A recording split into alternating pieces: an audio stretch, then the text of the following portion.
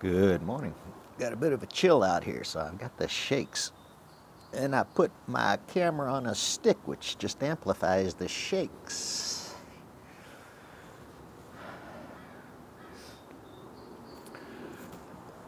Nuclear naval reactor specialists.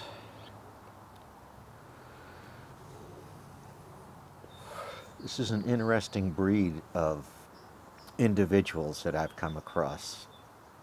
And with all respect,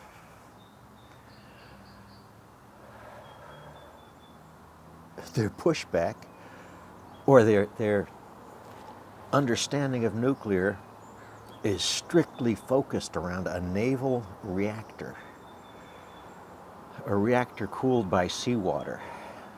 Its only limits are, and you can find them, seawater temperature. Some of these things cannot go in warm water.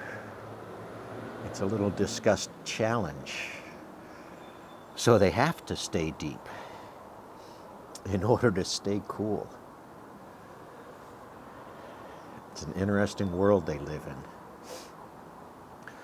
One of the major differences in naval reactors is their fuel, their reactor design, has nothing to do with commercial nuclear reactors, with the reactions and the releases in a commercial nuclear reactor.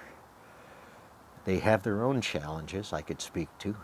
We used to trace Russian submarines by the radioactive trail they left in the water because of pass-through reactors and other design issues with pass-through reactors, single-pass reactors. Same design issue that the Hanford project had with single-pass reactors. Anything that goes wrong gets washed into the river, which is an untold story. Very hard to find river science, river sediment analysis for the beautiful Columbia River. Oh my gosh, if you haven't visited, you really should try. So, in their conversations, they are just physically unaware, it seems, of the vagaries of commercial nuclear reactors. Commercial nuclear reactors are fueled every 2 years. A naval nuclear reactor is designed to run about 30 years with no refueling. When they are done in America, and there might be another place the casks are stored, in America those reactors are removed. The fuel is removed and sent somewhere in a top secret shipment because it's so goddamn dangerous. But the reactor vessels themselves cannot be recycled because of the radioactivity. So they're sent up to a waste site up on the Hanford Plateau where they sit. And you can go visit them. You can see satellite photos of them. Our relics, our gift to our grandchildren. Our grandchildren that some people are so worried about on paper, in thoughts and prayers, and yet here we are. So that's one more nuclear waste dump. So those reactors out of nuclear vessels, and there's a bunch sitting in the ocean somewhere, waiting to be scrapped. Hanford site has a special lift and carrier mechanism just for transporting those reactors the miles from the Hanford River because they're brought up on barges to wherever they're going. Now there's radiation detectors in the area that are managed by one of our institutions, but when I visited it was broken, out of service, because why bother? Nuclear safety.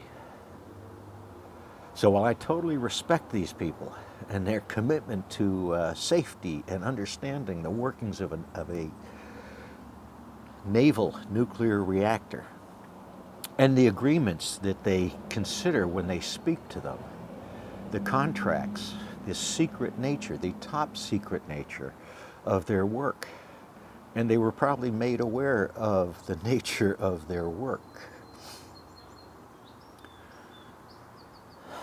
So,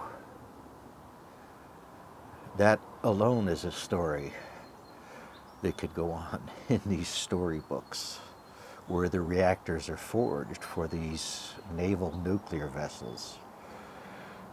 How one of the richest men in America, the richest investment corporations in America, invested in Nucor Steel, or no, I'm sorry, it's not, is it Nucor?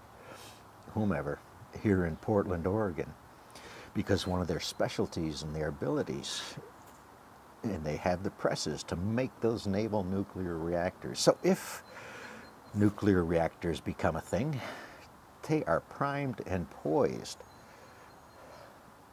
Yet they regret the purchase and think they overpaid for it now. Berkshire Hathaway.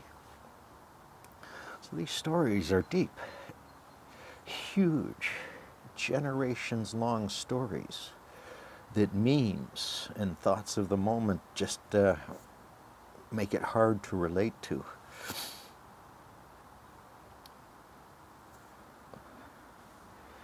So, to my naval buddies, to my naval peers that went to classes, I was in those classes myself for a different reason. I get it. Some of those classes, a few of those classes.